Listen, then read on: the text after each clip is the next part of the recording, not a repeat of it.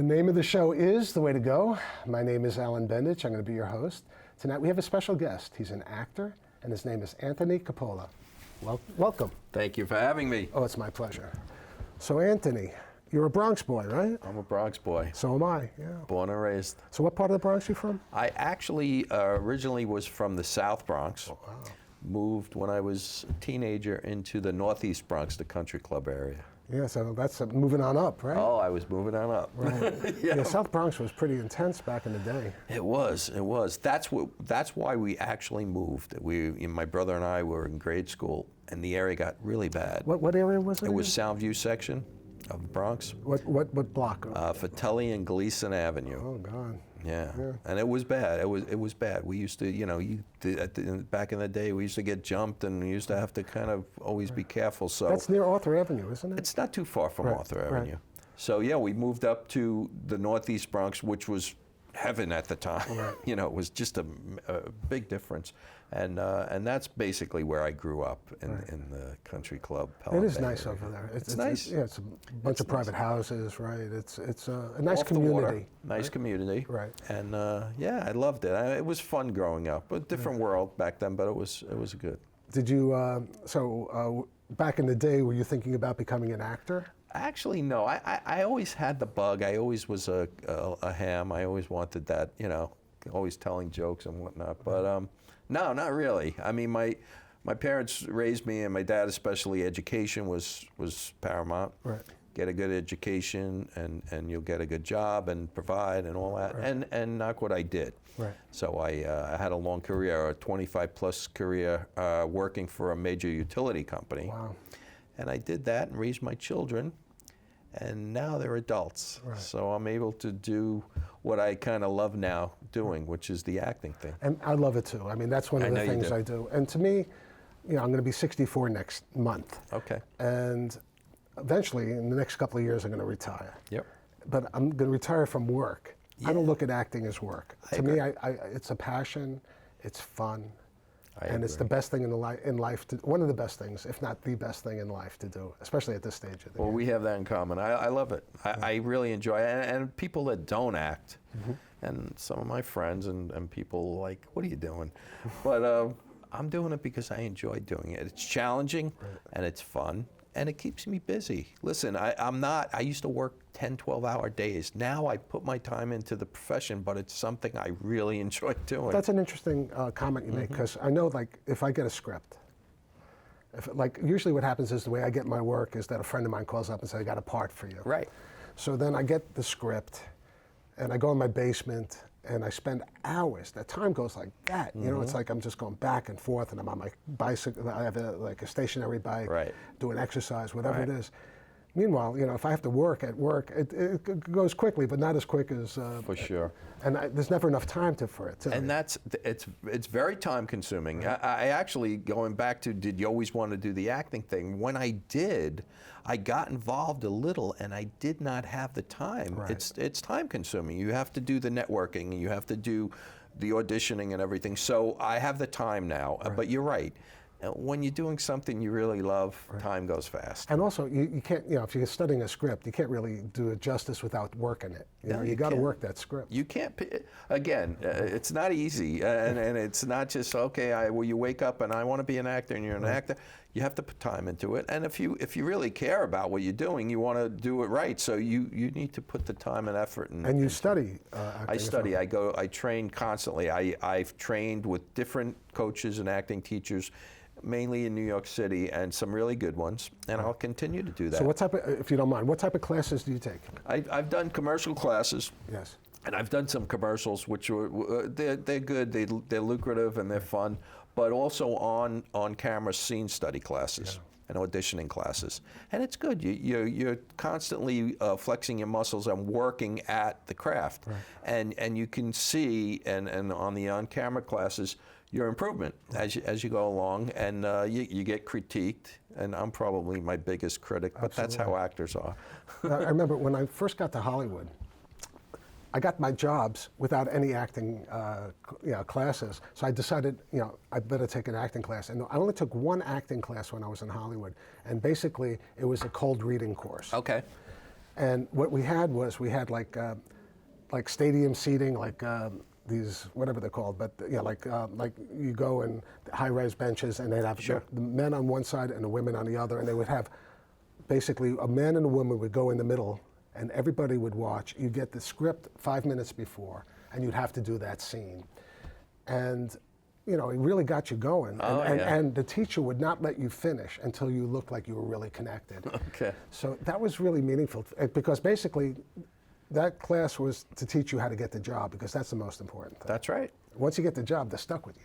Yes. You're right. And the cold read, I've done that too, and it's challenging, but it is good. It is good to take a script or sides and be able to, in minutes, bring them to life. Right. It's good. And I just remember the teacher was more concerned not with the words as much as the connection between the two people.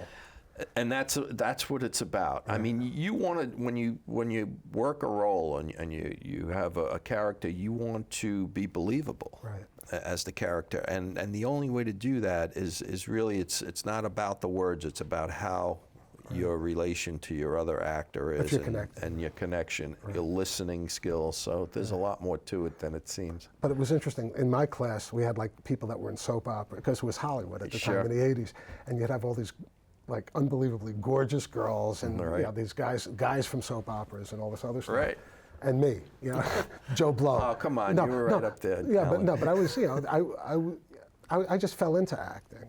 But as soon as I got a taste of it, but the whole thing is, there was nothing like really when you first, getting over the fear. Right. And then when it starts clicking, and then all of a sudden you okay, this is how you're supposed to do it. Right. Right. And you do. You're right. We all have nerves, and but and I learned, and I'm still a work in progress, and we all are. But the nerves are not going to do anybody any good. Right. Not yourself, not anyone else. So if you put them aside and really concentrate on what you're doing, and get into the role of the character, you see your improvement, and it's really cool when you see yourself, and you look and go, oh, yeah, that was pretty good. And I kind of can believe that, and that's what I look at film and television differently. Right. And you look at character actors, and I'm like, are they believable? And if you see the good, better actors, you say you go. But you could also see the other type of actors as well when you're watching on TV. And it's interesting. I was watching. You look at television differently. You're absolutely right. I was watching Kojak. Okay. And they have like on Cozy TV. Right. And I was watching that everything that Telly Savalas said was a close-up. So it was like, it looked like he could only do one line at a time, because they would do like a close-up of his line, then they'd go to the other actor. You might be right. So you wouldn't see like, the wide shot, So that's it was interesting. And it was interesting, and he would do it great, but it would be one line at a time. Then you'd have the close-up of the other actor, then the close-up of this actor. So I was thinking, but one thing I used to work on a network television show. Right. It's you get scripts changes the day of shooting. So I was always amazed how the stars were able to digest all that stuff. Yes. It's amazing. Yeah, it's a challenging thing, but you're right. Knowing the script for a film and everything, but even films, but television more so. Yeah, there's changes, and you read it that morning, and you're like, oh, wait a minute. And you have to pick up the changes, because sometimes the whole storyline changes, and your sides are an important part of it. So I guess what's most important is to be that character, and then the lines are a lot easier to absorb. Once you're the character. Yeah, and make it believable. I mean, that's what it is. Tell a story, and even a good friend of mine always explains to me one of his techniques for learning his script and learning the sides, and he just makes it a story. He just instead of memorizing the words, he goes about it as a story, like as a joke. And when you hear jokes, you remember the jokes. When someone told you remember that joke hours or days later, just read it as a story and get yourself into the storyline, and then it'll work. It comes together. Was it Laurence Olivier who said you don't know it until you've done it, you've read it 200 times or something like this, So it's. But you're right, if you know it. But the other thing that's weird sometimes, I remember when I first started acting again, the second time around, I was nervous.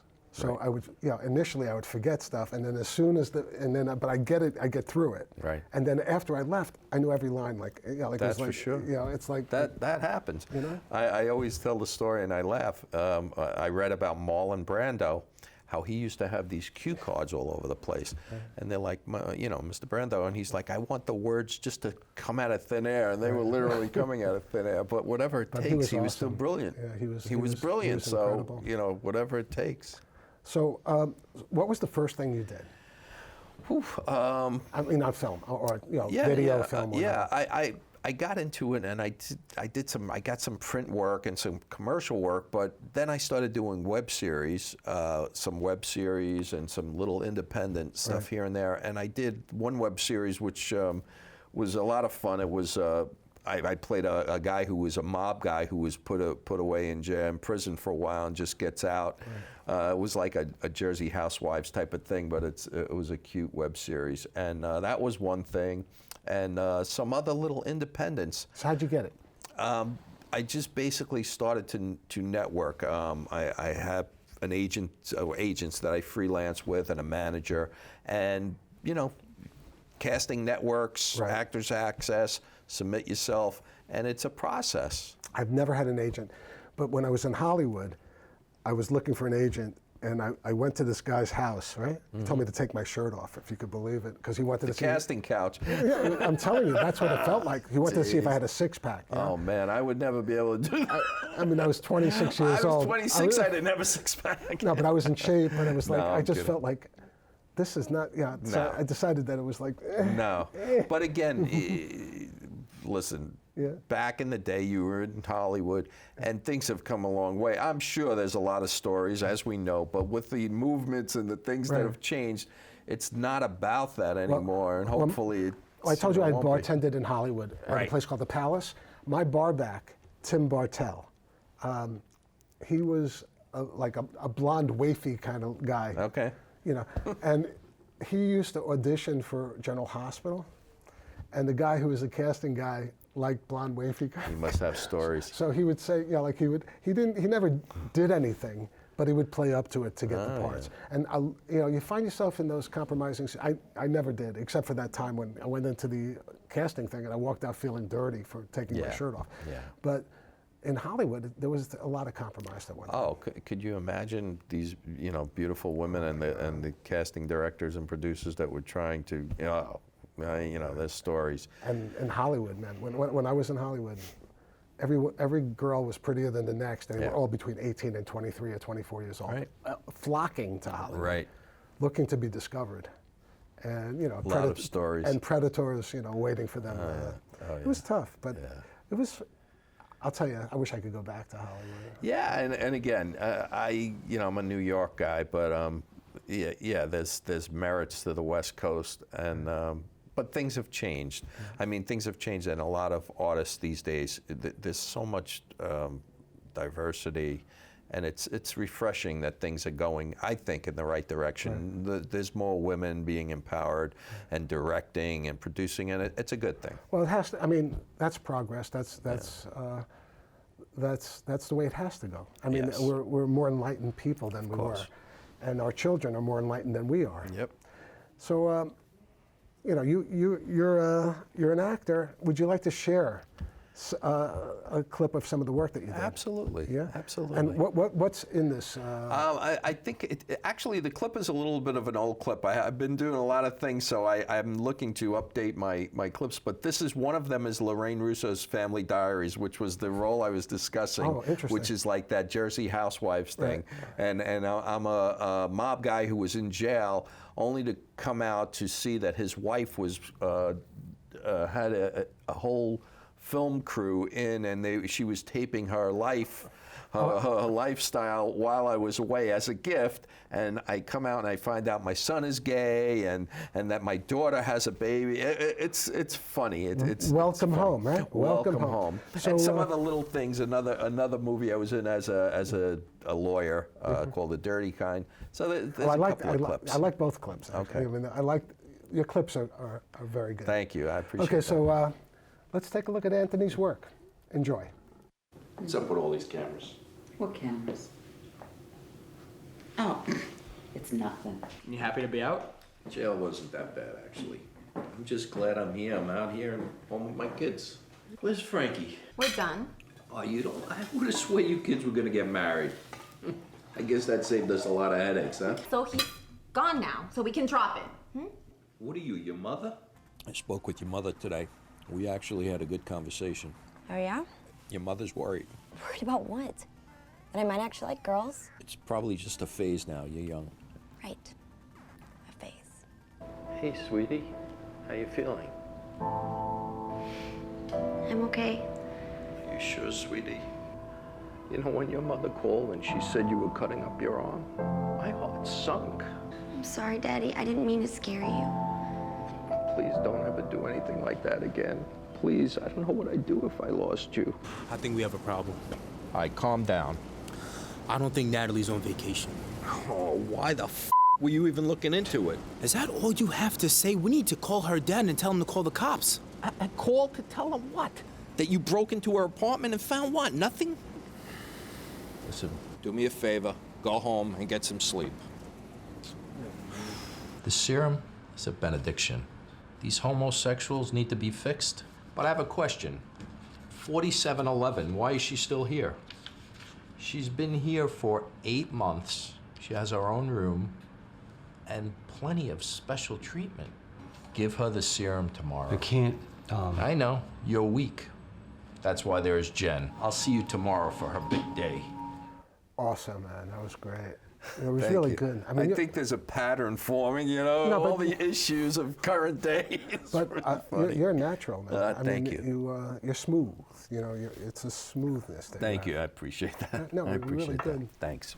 So, when were these filmed? A while ago, over the last few years. Right. And as I said, I'm working on some things now that I'm actually really proud of. A couple of things going forward. It was filmed already and it's premiering. It's with Jared. The producer is a young fellow called Jared Martino, and he's an actor also. And his film is Donna Stronger Than Pretty. And again, the theme is women empowerment. I play a restaurant owner. I have a small role in it, but it's a good concept. As some of the other things I'm doing, I'm going to be doing there's a young fellow producer actor from the area, also. His name is Rocco Gioia, and he did a film that I'm in called Even the Score. Right. It's a drama, crime drama. But he's doing, going forward, and I'll be have a co-star role in it, a film that discusses the issues with the 9/11 situation. It's called Never Forget. And what I like about it, there's a lot of discussion on bringing a lot of awareness to these 9/11 first responders who are now ill and not getting remunerated and having difficulty. And that's correct. I mean, I've been listening to the news recently about those issues now. I mean, you have It's so Jon Stewart, important. right? Jon Stewart's stepped up to the plate, and it's so important. And you know, people are like, it's not old hat. It's something that is going forward. These people are suffering, and they're not getting the help financially and otherwise that they need. So these are. I always try. Again, I love the acting, and I love the life of an actor and all I do, but if you're in some projects with some good people that have some meaning, it helps. It's a good thing. I mean, right now, currently, like for myself, I know it's your interview, but for me, I work 5 days a week. So whatever, I take whatever I get on weekends and things like that. Yeah. But eventually, I would love to have the life that you have right now. To be able, no, I'm serious, because what I'd love to do is be able to go on auditions during the week. Because I love auditions. Yes. I mean, to me, it was, you know, I used to fear auditions, but you know, they're looking for the right guy to come in or the right person to go in, and that'll be the end of it. I got the person for the part.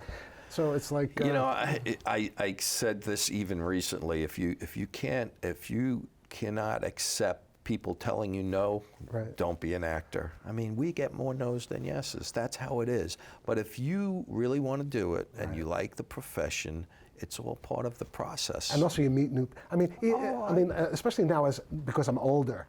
I like just coming in, meeting the new filmmakers, and Yes. starting a conversation. And I love it. I appreciate the arts. I appreciate their artistic, talents, Right. and meeting people. People. Oh, it's all rosy. Look, I'm enjoying it, but you're right. I had a career, and now I'm gifted and blessed with the fact that I have the time to do this, and that's why I do it. And you're still young, and the interesting aspect. No, you are. Thank you. And the interesting aspect is that you could do this for the rest of your life. My dad's 104. Ken Kushner's coming over to the house. He's going to be playing Ken Kushner's father. In this. That's so awesome. It's like, Yeah. as long as you have people who appreciate you in the business, you'll continue to work. And you know what, Alan? It's really good point. It's a great point you made.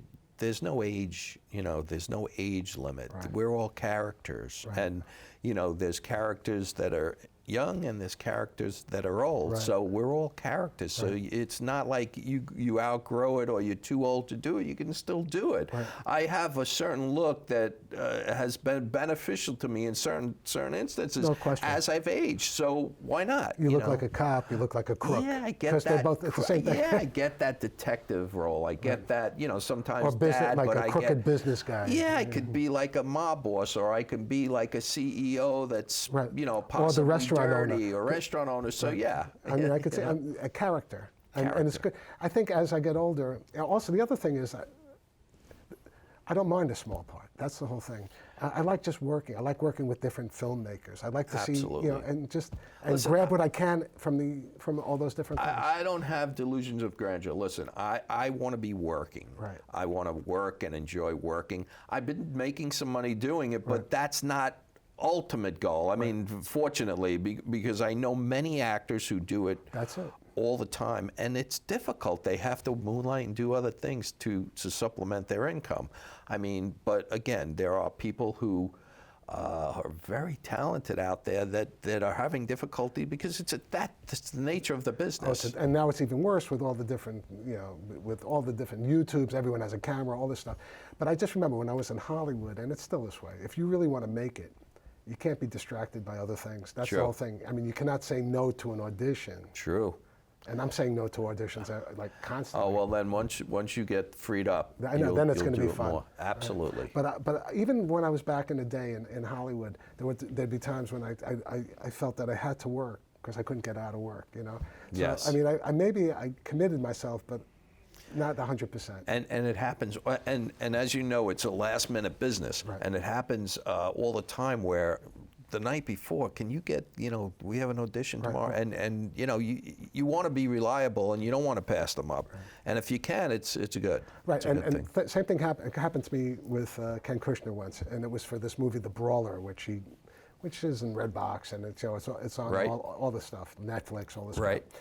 And the Friday before they were filming, the actor that they thought they were going to get, they didn't get, and it was actually a name. And I get a call from Ken saying, can you play Mike Douglas, who had a television show back in the 70s? And I was going to interview Muhammad Ali. I know Mike Douglas. I'm old. Muhammad Ali and Chuck Wepner. And it was like, I said, okay. But again, if on the fly, he knew he can call me and I would do it. Right. But if I had to work that Monday, because we You'd shot have to on a pass Monday, it up. That's it. But I said, you know what, it's worth it. Yeah.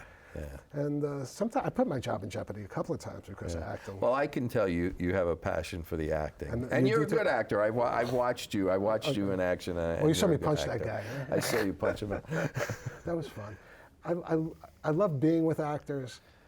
I remember when I first started auditioning again, though, I'd come to an audition, I'd see like 10 people who look like me. Oh yeah. And I'm thinking, oh my God, I'm not going to get the part. And then as I got a little bit more confidence again, it was like, okay, the best, whoever. The other thing I know also is that a lot of times when people come up to me and like the director and say, you look like De Niro or you look like Pacino. Right. In the old days, I looked more like them, or now I Right. look like them, and now that they're old. Right. But whatever, I knew that I'd get the part, or had a very good chance if they made that thing, because The connection. Because it's a lot of times. Talent is important, but the look is also important. Oh, a look, like I said, my look, a certain look, is beneficial in many cases. But what you also said is, and we know this in life, but in this business, You do. You walk into an audition, there may be 30 of guys who look just like you, and you're like, what is my chances? But your chances is as good as the other 30. And here's how I look at it. Of course I want the role. I want it. But you know what? My friends are sometimes in the same room and auditioning for the same part. If I don't get it, I'm happy if they get it. Some are not. You know how it is. There's all kinds of people.